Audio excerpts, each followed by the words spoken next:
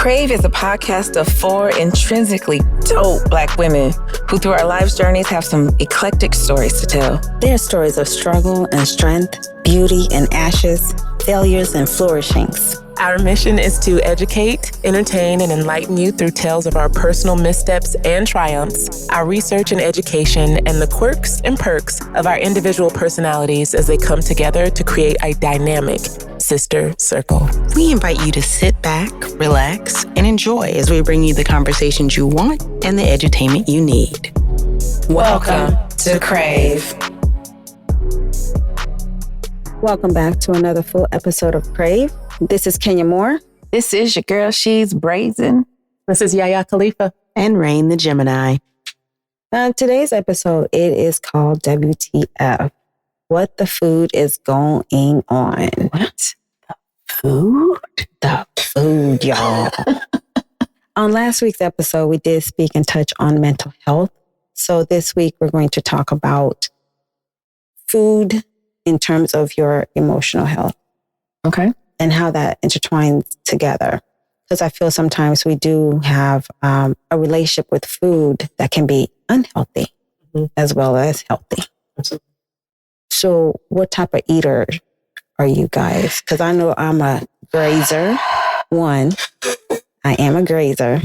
1. 2, emotional eating. I tend to eat more at night. When you're emotionally eating, that happens at night? It happens more at night. In terms of, sometimes I'll find myself eating chips. You don't eat chips during the day? I don't. Interesting. I crave salty stuff at night. And sometimes I'll crave something sweet. So either I'm eating some chips. Or some Skittles. Or some ice cream. Oh. That fruit ice cream. Yes. So what do you guys do?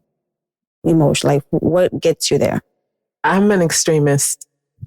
I'm an extremist. So it's either, if I'm, depending on the level of emotion, I'm either eating all the bad stuff or I'm very, very, very strict with my diet. There's no in between. There's no, it's a slippery slope. Slippery slope. Primarity. What? Yeah. There is no middle ground for me. So I just have to, I have to be very aware of where I'm at so that I know like what's going on and what I'm doing, because it can get bad real fast. It'll be chips, cookies, like dumb stuff that don't even go together. First of all, I just found these. This is probably really bad, but they sell cookie dough. Ben & Jerry sells cookie dough. You just like not knowing that? Bites, but and the cookie dough bites has brownies in it, right? So I just went through a thing where I was buying them like left and right. Like I'm going to the store to get other stuff and I know I'm gonna walk down the aisle because again, recently I stopped drinking. So now there's this other thing, this cookie dough with brownie bites by Ben & Jerry's. So you substituted one thing for the other? Right. But I know I cannot eat that like I was drinking alcohol or else I would be a different person. Because I was going to say, you just went from I'm lit to I'm fat. So is that what you want? No, that ain't what she wants. That's not what she wants. But again, it all has to do with how I'm feeling. You know, the feelings are in charge of that. I don't have a healthy relationship with food. I'm just going to be honest. I go on kicks where I'm like juice and salads. And then I'm like fried chicken, steak, fries. I just want all, the greasy, all the greasy foods. But they say and I don't know who they are yet. I'll let y'all know in a little bit. They say that when you struggle with, you want sweets often or you want salt often, there is an emotional thing that you're dealing with, right? So people who crave salt are supposedly dealing with insecurities. Like you're insecure. I forget what the sweet ones was. The sweet one, I believe, because I was thinking about that whenever Kenya Moore was talking about it. The sweets, I believe that they're saying that you crave intimacy. I will definitely have to look. I'm going to research it. I can pull it up. Yeah. So emotional, I think, I'm definitely an emotional eater. But the problem with me is which I believe is why my metabolism is so that karma came back fast, didn't it? You need to take some Primarity and for your metabolism. It is slippery. Some slippery Primarity. I believe my metabolism is so low. What the hell? Why can't I say that word right? Metabolism is so low. It's because I will go all day, run all the errands, do all the chores, and then be famished at night and eat 60,000 calories. So there's definitely, I have issues with balancing when it comes to eating, but definitely an emotional eater. My emotions, I crave sugar. So if the intimacy is right, that makes sense. Yeah, it does. Based on last episode. She needs all the sweets. My relationship with food is kind of weird. I have, I guess, trauma related to food in that growing up, I grew up with a drug addict. So there wasn't always money in the house or whatever. So I didn't always eat, and that wasn't by choice. But then there were times when it was by choice because let's say they would go grocery shopping or whatever. And I'd be like, okay, well, I don't need to get used to eating because I don't want that to be a habit. Because of the times that you don't get to eat. Exactly. So now eating is not that big of a deal to me. And then, especially after I had a baby, it was even worse because I don't like my food cold. And it would seem like the moment, I go to put something in my mouth, there's baby. And so it was just like, okay, well, I don't know. Why am I doing this? So really for me, eating is just an inconvenience. Like I have to stop my day for this. This is irritating. I never thought about growing up, why my relationship with food growing up, because we grew up extremely poor. Extremely. I'm talking syrup and sugar sandwiches. Syrup and sugar sandwiches. That sugar. Right. Sugar feels familiar. Yes. And you, I think you have said before that you will revert to eating a lot of sugar at times. Yeah. So I never, it's weird that I've never paid attention to. So yours might be twofold. Yeah, it might be. More than likely. I mean, if that's the habit that you grew up with, that's going to be the habit that you maintain until you are conscious of it and consciously break it. Right. Like when I tell y'all we were po, we were so po we couldn't afford the other O and the R. Po. Okay. Roaches, rat infested homes lived in. I didn't know when I was going to eat sometimes. So if a roach was on it, yep. Fuck that. Yep. Rinse it off, pray over it. You got to eat. I had to eat. Oh my God. And see, I didn't have to go through that because I'd already trained myself not to eat, even in times of surplus. And so, like, y'all see it now. I'm really picky about what I eat. If I don't like it, I ain't eating it because I don't have to eat. Yeah. You are really like true to the game with that. That's why it's not that big of a deal to me. Yeah, that's I can't not eat. No. As soon as my stomach say Pass the chicken. I'm gonna need that fried chicken. I'm the one that's like, how they be like, oh, feed the kids first. Psst, what? They not even paying attention. They don't want to eat. So why are we trying to like force them to eat right now? I am, however, though, hungry right now. Which is why when I cook, I eat while I cook. That way, and then you're full. I ain't got to worry about feeding nobody. You want me to make a man's plate? No problem, because I already ate. Feed my kids first. You got it. I'm full. I'm good. I don't even know what people like keep in their refrigerators. Like, I honestly don't. Like, I have fruit in my refrigerator, but like, where's the food coming from? I don't like to be thirsty. You have a lot of drinks. So I have a lot of fluids. Yes, of liquids. But there's no food in my refrigerator. What are y'all putting in it? I put lots of vegetables, leftovers. Yeah, right. A lot of leftovers. I don't eat leftovers. I ain't doing that. No, because I pretty much cook every night. So my refrigerator, I like my preference is to go grocery shop. I know this is like off topic real quick though, but I like to go grocery shopping that day for what I'm gonna cook that night, right? So I'll have like the day's dinner in there. It just works out for me. So you make it early and then I do. We eat dinner about 5 o'clock. Because again, I need to be done by 7. So that we sleep at 8:30. Please. I will say this though. When I do eat things, like I don't do things in moderation, but that's just in life in general. So like if I eat an ice cream sandwich, I'm going to eat 5 or 6 of them. At the same time? Oh yeah. Back to back. If I eat it, like rarely do I eat cereal, but when I do, I eat 5 bowls back to back. I don't know what is everybody else doing with this one bowl of cereal? I don't even eat cereal no more. I stopped. But yeah, it would just be one bowl. Even your tacos though. I eat 6, 7 tacos. Hey. I've never seen you eat that much. It's because generally speaking, y'all eat things that I don't like. Mm-hmm. So I don't eat much around you in general. I've seen her eat. I've seen her eat crabs. I've seen you eat crab. Crawfish. Yeah. Right. That's 17 whole pounds. Rain, you gonna eat all that? Yep. I eat a lot of what I like. Right. I eat a lot of what I like, but I don't eat a lot of things. Yeah.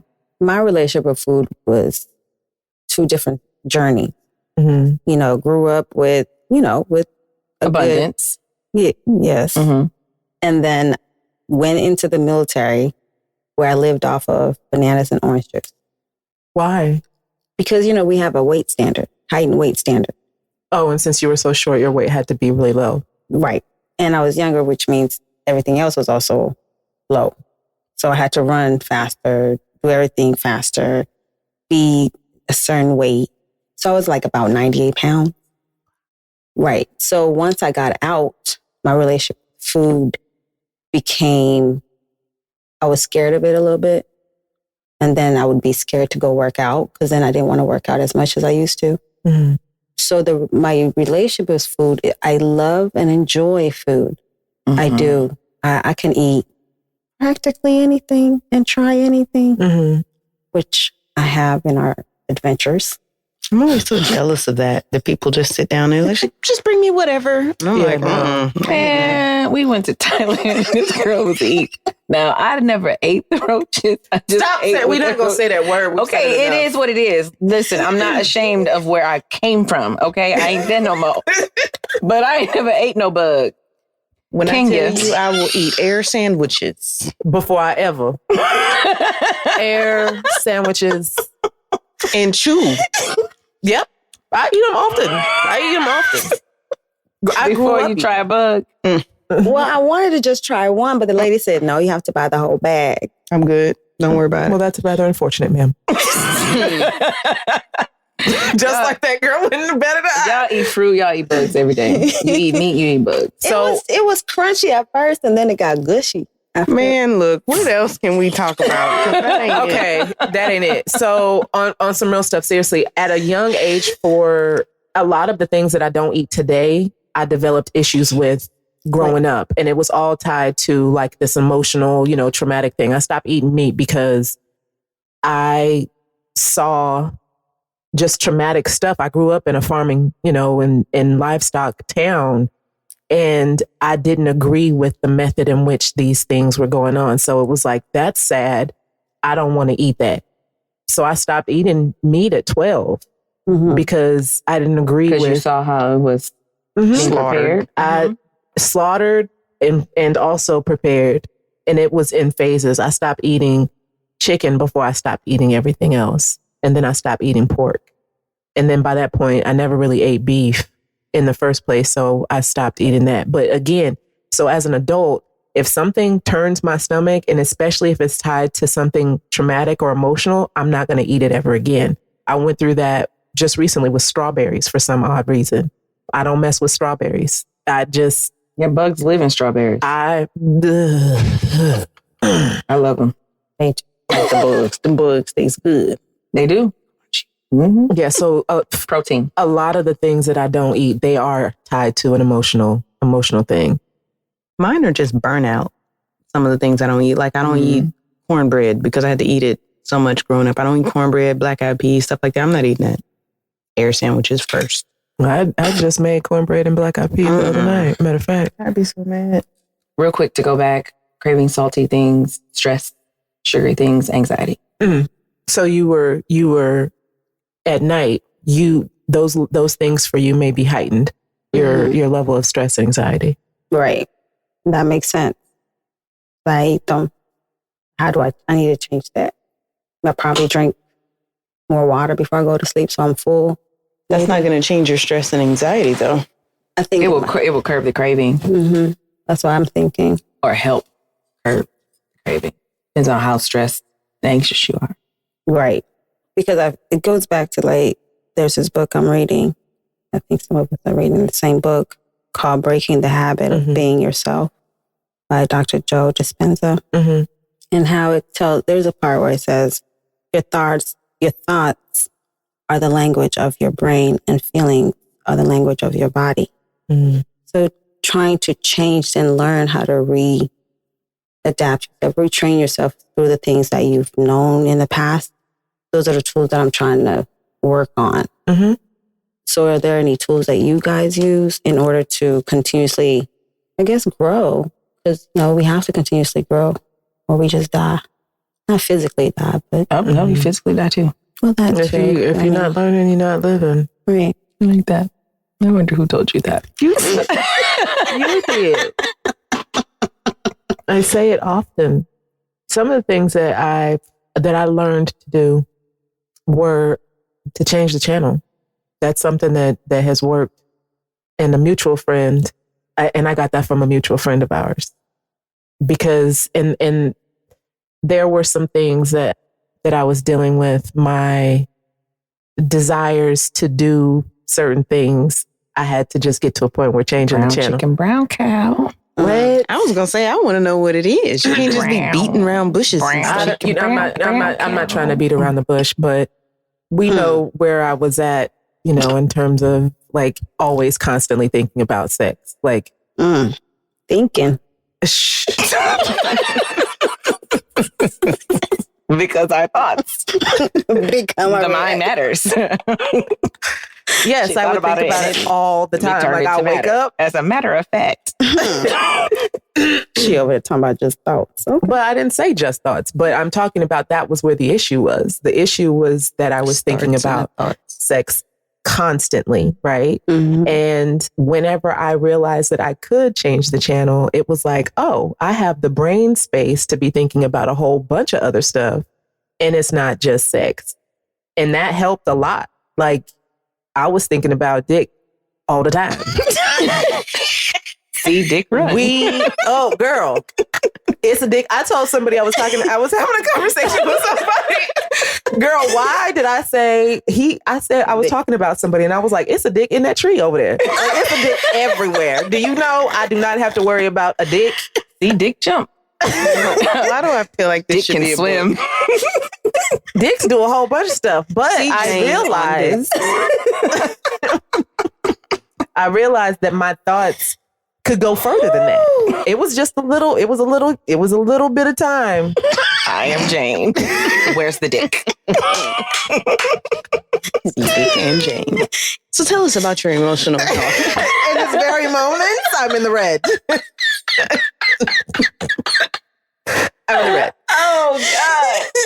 Did you use food as a coping mechanism for your sexual thoughts? No, I did not. So no cucumbers were injured. Or bananas. No, I wasn't eating cucumbers or bananas. Nobody.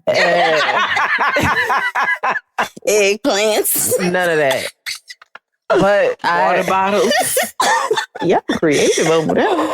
And look, I'm the one with the problem. With a wine bottle, though. Nice. This is a nice size. Yeah, but it crunches. It would have to be a little longer. Smash it all. She's talking about the girth. I'm talking about of the water girth and bottle. the length.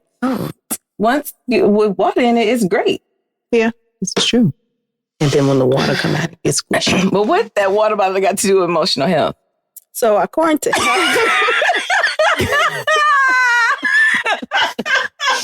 Here she go with a fact. Right. Go ahead. In 1992. Primarity was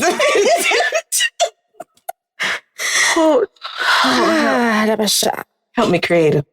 So according to You cannot do that. what? You can and go. Well, because we were trying to find out about different reasons how people feel. And so the Healthline was talking about there are signs of a bad relationship with food. So if you feel guilty about eating, if you avoid or restrict foods that are bad for you, if you have developed a long list of rules around food, if you rely on a calorie counter or the apps for that, if you ignore your body's natural cues, hunger cues. So they're just listing different ways why you may have a bad relationship with food. Shoot, I mean, you listed all that stuff. That's stuff that I do. I literally pay attention to my calorie intake daily. I pay attention. I step on the scale daily. If my body tells me I'm hungry, I tell my body when it's okay to eat. Like, I don't think that my body should be in control of when I eat. It could be inconvenient for me to eat. I could be somewhere where food is not present. And now I'm stuck just focusing on the fact that I'm hungry. Like, that doesn't make sense to me. It makes all the sense. What the hell?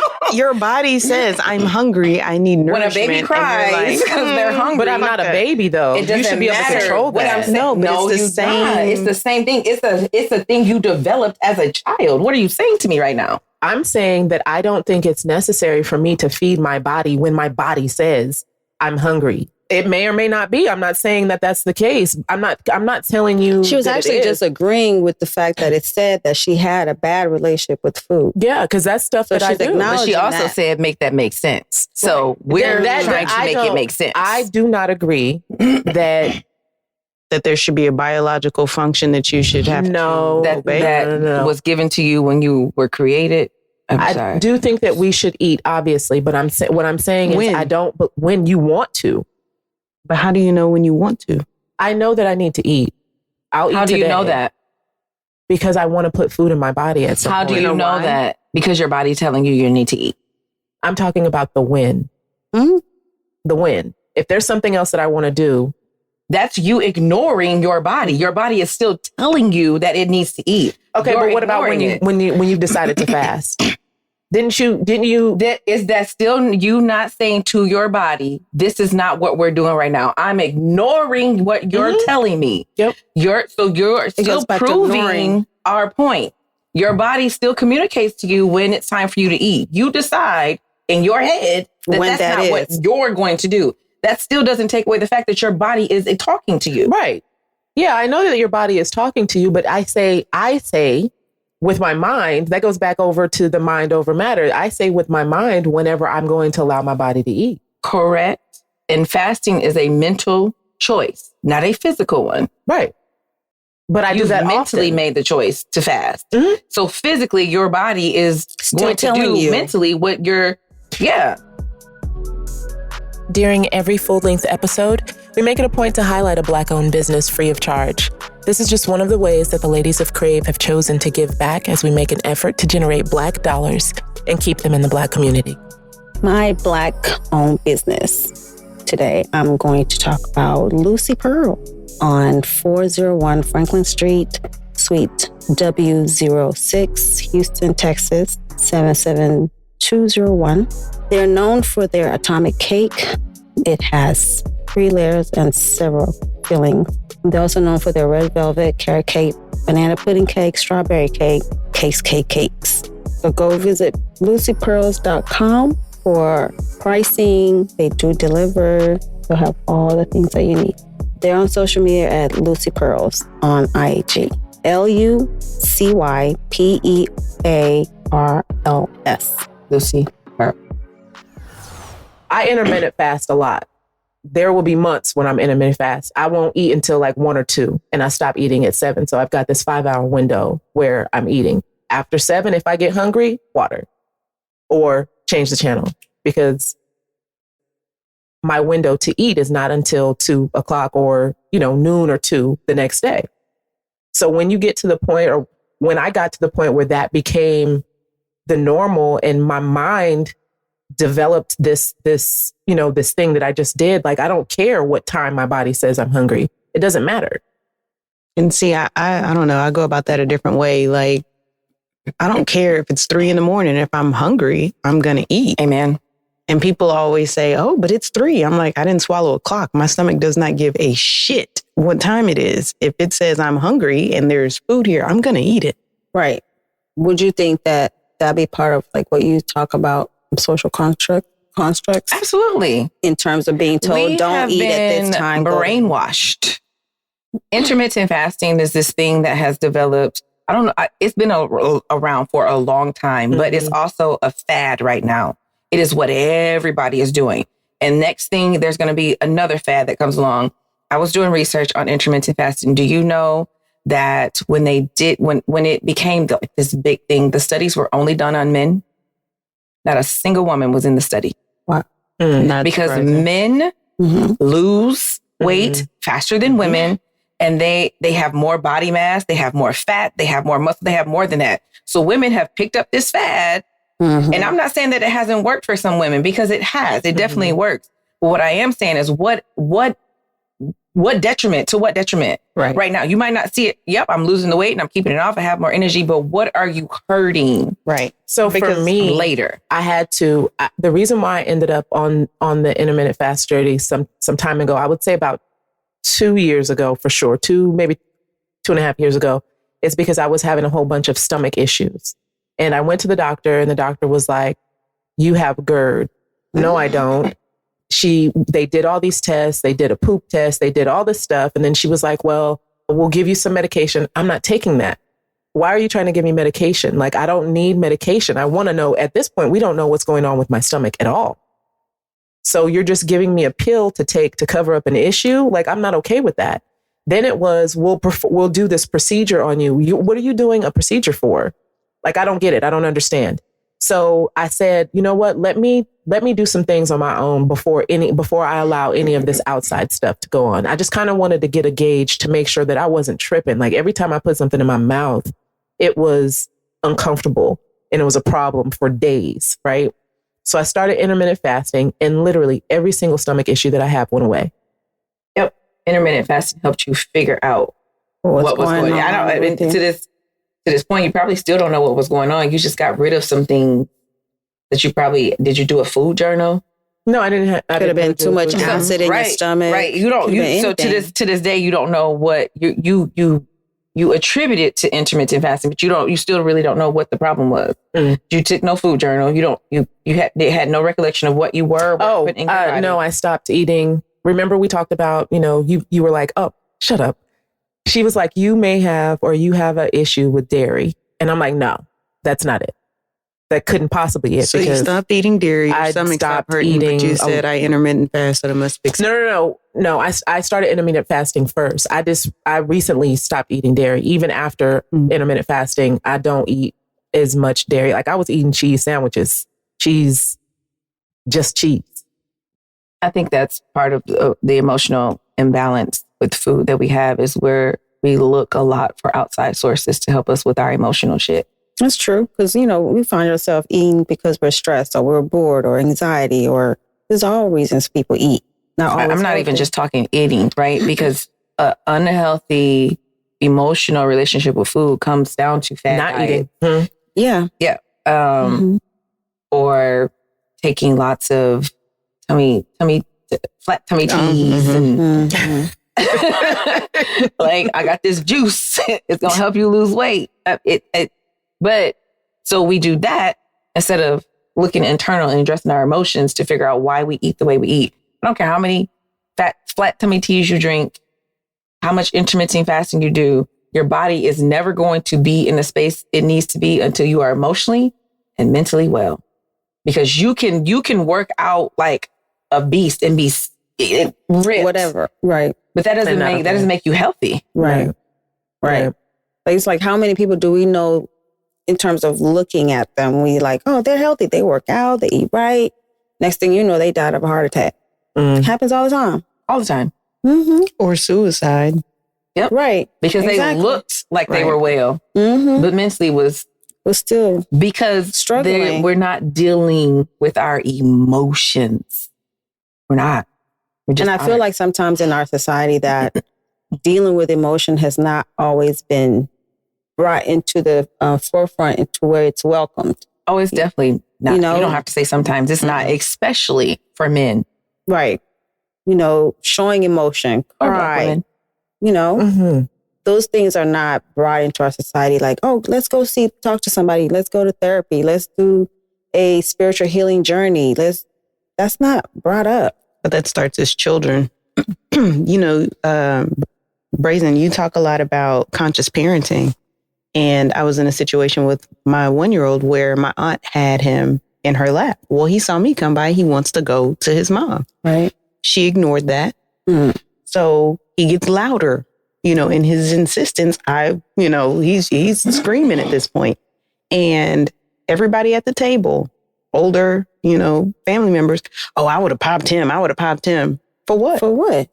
For expressing his emotions.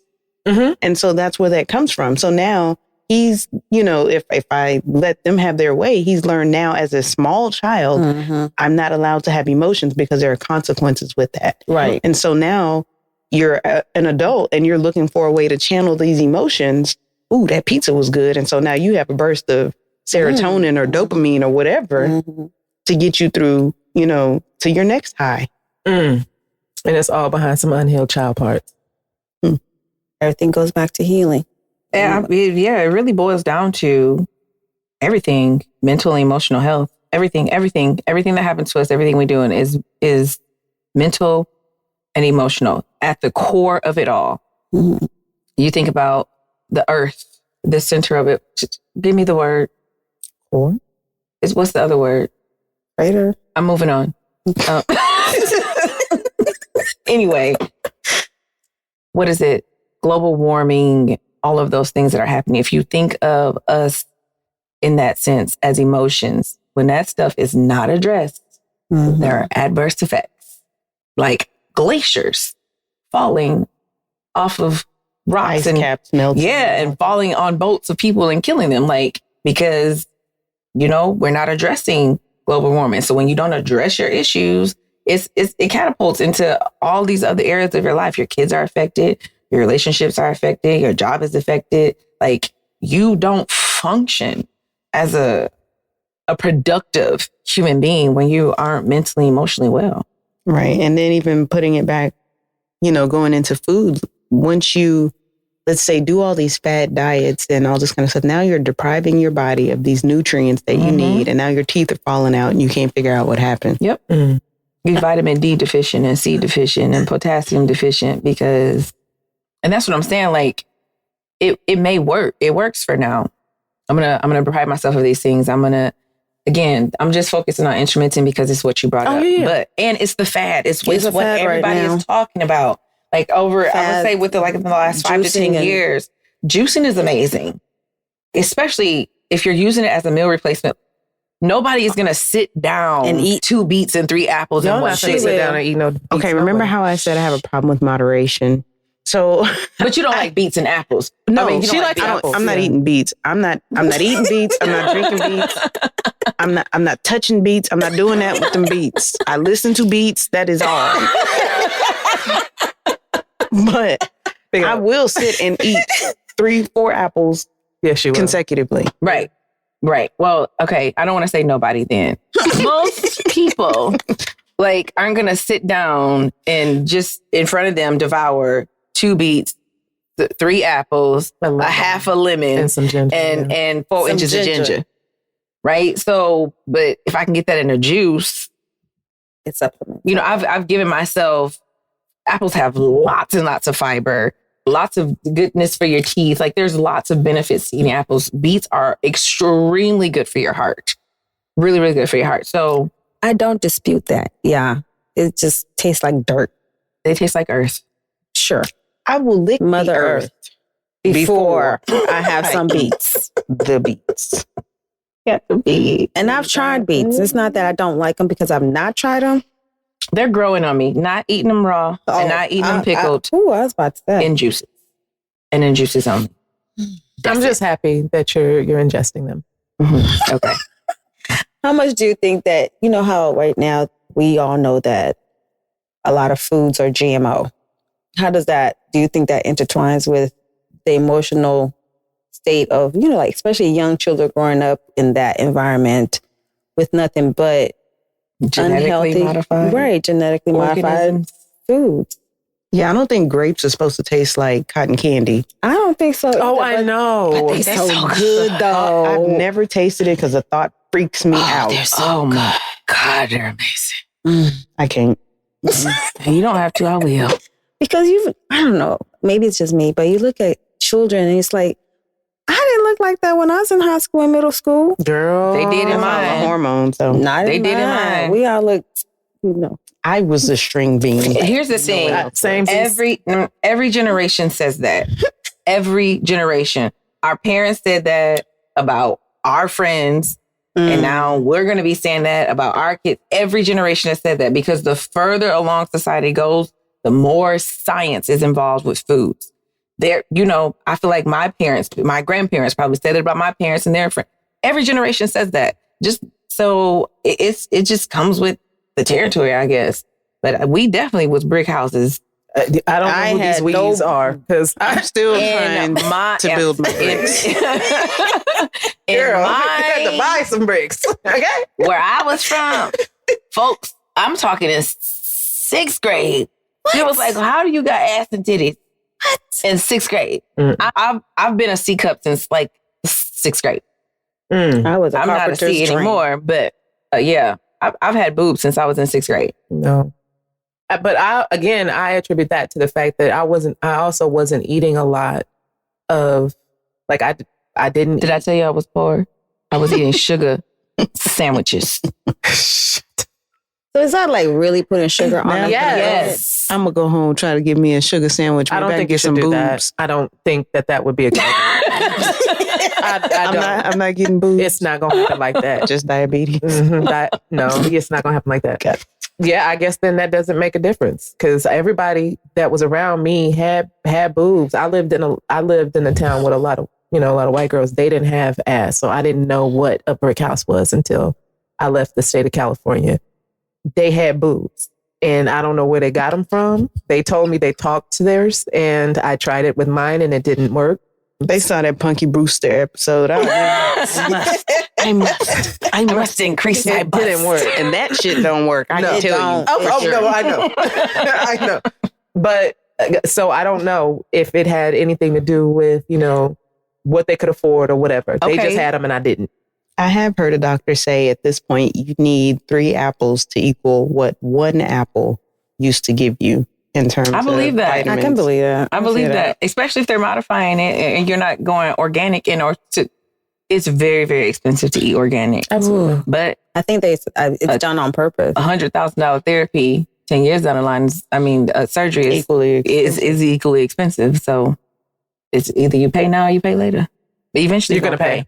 Mm-hmm. As you grow older, is that the reason why you feel like your relationship with food is different? I don't feel like my relationship with food is different today than I just have more access. That's what I was going to say. Yeah, I just have more access to things I shouldn't should be more access to things that I want. Yeah. I don't feel like. I mean, I said earlier, I don't have a healthy relationship with food. It is something that I am working toward. I'm getting better. What does that look like for you? Because you said that, but what does a healthy relationship with food look like? I think for me, it's constantly feeding my body good things and not emotionally eating. Also, furthermore, and in addition to add, not consuming, not putting so much in my day that when I'm ready to eat I'm just going to go for the quickest, easiest meal, and which is probably going to be the most unhealthy thing that I could possibly eat, like stopping at Popeyes or I love Zaxby's. The chicken tenders are. I didn't even know that you were in that space like that. You know what I mean? Yeah. It's a struggle, and it bothers me so much down to like I feel guilty about letting my son eat pancakes. Why do I feel bad for serving it to him? But he likes it. It's what he wants, and so then I try to make it as healthy as possible. I'm gonna throw some bananas and some applesauce and blueberries, or something. and all that stuff. But either way, but I feel bad, and I want him to have a healthy relationship with food. But how can I teach him to? I don't have one. I don't have it. So what you gonna do about it? That's why we juice. We had at least 364 ounces of organic apple juice in the house. It's organic, fresh pressed, whatever. It's still bad. But I mean, what are you going to do about your relationship with food and how you feel about it? Well, the first step for me was juicing. And then I also, now when I go and I have a bunch of errands to run, I take food with me.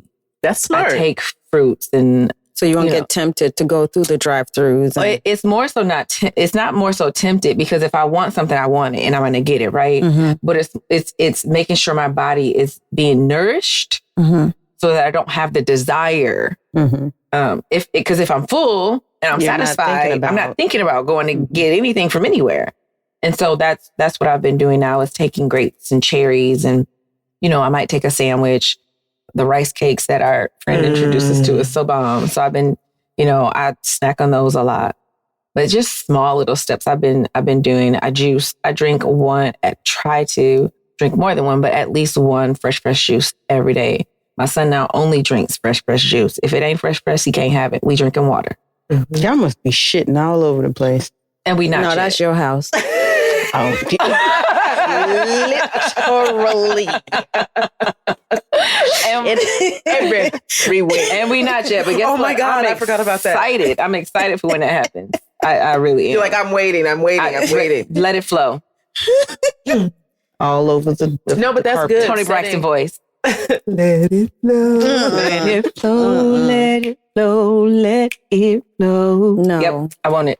I'm getting I like y'all the fact toilet that you're paper for being Christmas. proactive and Conscious. creating, being intentional about the relationship that you're wanting to create. This is what manifesting a good relationship with food looks like for you. Yeah, I definitely want it we far along in the game, so I can do what I can do now so that he doesn't have these struggles when he's my age. Right.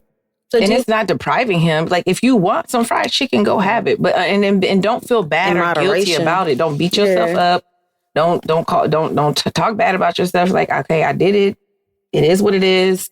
But it probably won't be an issue for him. Just like, with mine, his initial foods, I wouldn't give him even fruit because I didn't want him to be accustomed to the sugar. And so, like, even today, he won't eat cake. Just because he's not accustomed to the sugar like that. He started on candy and stuff like that, but there's a lot of things he won't eat just because that was the foundation that I laid. Yeah. And it's not because I don't want you to ever have these things. I just don't want them to be a main source. Yeah, because your body will tell you. One of the questions on there was on your list was, does your body tell you what it needs? My body tells me more of what I don't need than what I need. And those are the things that I pay attention to. Like the other day, I was like, oh, I'm craving something sweet. I don't eat donuts like that. Like, I just don't, it's not part of the things that I purchase. I don't make them, whatever. I just don't eat donuts. And so I was driving past Krispy Kreme. What's a hot sign on? Because I'm only going. No. Okay, no, I'm lying. It was Dunkin' Donuts. So I was like, oh, let me go to Dunkin' Donuts. And as a kid, I remember the town that I grew up in, I had a friend whose parents owned a bakery shop. And they used to always make these maple bars. And I literally have nothing but good memories surrounding maple bars. And I was talking to somebody about them. So of course, naturally now I'm craving a maple bar. So they don't have maple bars, they have maple donuts. I went in there and was like, oh, I haven't had a donut in so long. I want 2, right? So I purchased 2 donuts, scarfed them down, inhaled them. And not 10 minutes after I got done eating the last bite, my stomach starts hurting. My body knows that I don't even eat sugar like that. You know what I'm saying? My body is like, nah, sis, that's not what you need. And now I don't necessarily feel guilty. I just feel like crap because my body is like, you don't need this and you don't eat it and you don't like it. Like, I really only crave something like that. I'll tear up them daggone Ben and Jerry joints. So. I think that it could be a combination of the sugar and the gluten. Gluten is an inflammatory. So my stomach was cramping. My body don't betray me like that. No, it did. Immediately. They'd be like, thank you. Immediately. Girl. That's what we needed. My nigga. Talking about, see, that's why I like you. That's why I rocks with you. I fucks with you for that. So do you think, like, you know how we have mantras for our well-being, like emotional well-being? Do you think people should start doing we should start doing food mantras, like wake up and saying, I'm going to be healthy. I'm going to eat this. I'm going to choose. I like that. So I'm going to choose, to drink more water or something. I like that. To be more cognizant. I do the water thing. Like you do? I do. Mm-hmm. You the one got me to buy that gallon bottle of water. Exactly. Yeah. So yeah, I mean, but I have to be very intentional about it. If I don't have that gallon, I'm not drinking 12 I really enjoy drinking water. You said you do? Oh, I do too. Yeah, y'all. I mean, you're in a different level though. She had me feeling like some type of way. The way she goes down two bottles of water, I was like, I guess I should probably finish this one. Like, I feel she can finish a case in a week. Insecure about the fact that my water intake was not. But again, I'm the same way. It's either all or nothing. I'm either drinking the gallon, or I'm like, oh my God, I didn't drink any water today. Yeah, no, I don't think I could survive a day without water. Your lips get very dry. Everything gets dry. Oh my God. My son is the same way. He's the same way. Do you want juice or water? I'll have water, please. I'm just gonna stick my hands in it and hope it gets to where it needs to go. I don't think it works like that. I don't know, because your body absorbs things. It does. So if it can absorb all the toxins, why not water? There you go. I like the way you think. Get on my level. Just saying. I just know how that work out. What is your guilty pleasure?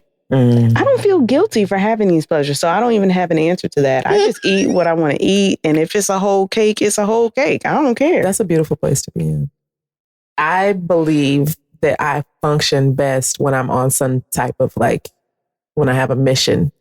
So if the mission is vacation. No, I was going to say juicing. If the mission is juicing and I do 3 or 7 day juice cleanse, an optimal, my mind is more focused when I don't have to think about what I'm going to eat. Or, if I have a craving, no, I'm juicing. So that's where my focus is. I prefer that space. I crave vegetables. If I eat too much fruit, let's say if I eat a lot of fruit for the week, my body's like, we haven't had any vegetables. I will say that salad is one of my favorite meals. With no dressing. Yes, I know. I don't understand it, but I just like greens with cornbread. Greens and cornbread. African style. African style. I don't think I have any guilty pleasures either. Because you. Guilty would be the Ben & Jerry's for me. Yeah, I don't. Because of where I am and where I'm going, I don't feel guilty about what I put so much in my body anymore. I just feel bad for not having a good relationship with food. So, but is there guilt there? Is it bad and guilty the same? I don't feel like they are. I definitely feel guilty about the amount of the Ben & Jerry's that I eat whenever I eat it. Oh yeah, I feel bad if I eat a medium pizza. A whole one? First of all, I'm going to eat the large one. The whole thing. The whole. What is going on? They made it so that I could eat it. Right. I'm not judging. I didn't know. Yeah, that's exactly what that was. But I didn't know. You don't feel... Right. I feel no there was no judgment. I just did not. I was unaware. What is going on? That was judgment. Spewing out my throat. Yeah. What you need to do is have some primarity and chill. She don't need primarity. She already has what? El Dante. To that. We